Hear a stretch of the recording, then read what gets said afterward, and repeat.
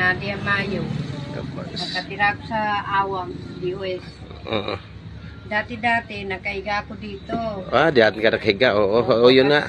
Kasi po, mamaga yung paa ko kay diabetic. Tanggalin mo nga na yan, ma'am. Napakalaki yung pamaga mo noon, di ba? Nakapag... Okay. So, yan si Coach Edna, oh. Yun o. Okay. Wow. Tapos, simula naggamit ako ng Stem cell. Di ba stem cell? Opo, na liit na yung mga sugat ko, lumaling na siya. Ayan, lumait na yung mga sugat niya, oh. Okay, naputulan ka na ba ng paa noon? Ito pinutol yan? Hindi pinutol, pero ano na. Okay. Ayan. Dati putulan ako, pero hindi ko ipaputol kay dumating yung ano. Diba? Diba, stem. So, mula gumamit ako, nagliit. Nagliit na.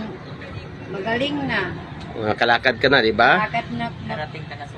Okay. Narating na ako ng super.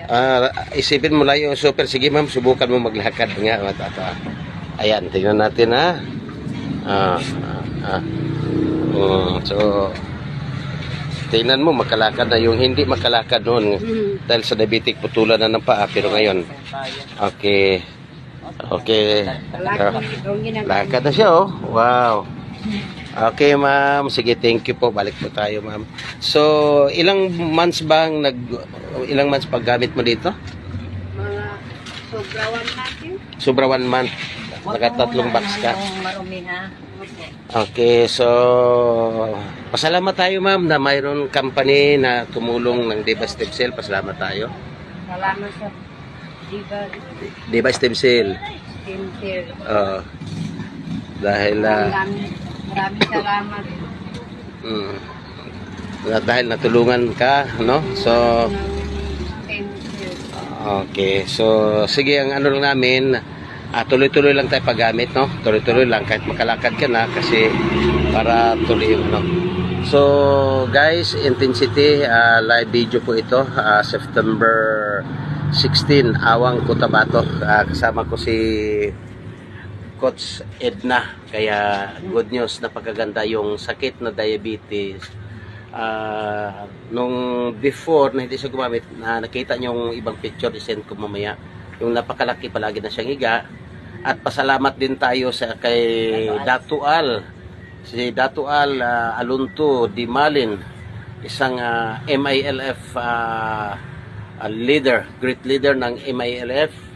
Siya po yung nakatuklas dito. Bumili lang kasi siya ng bumili siya ng diesel kasi nagbinta-binta po ito ng diesel.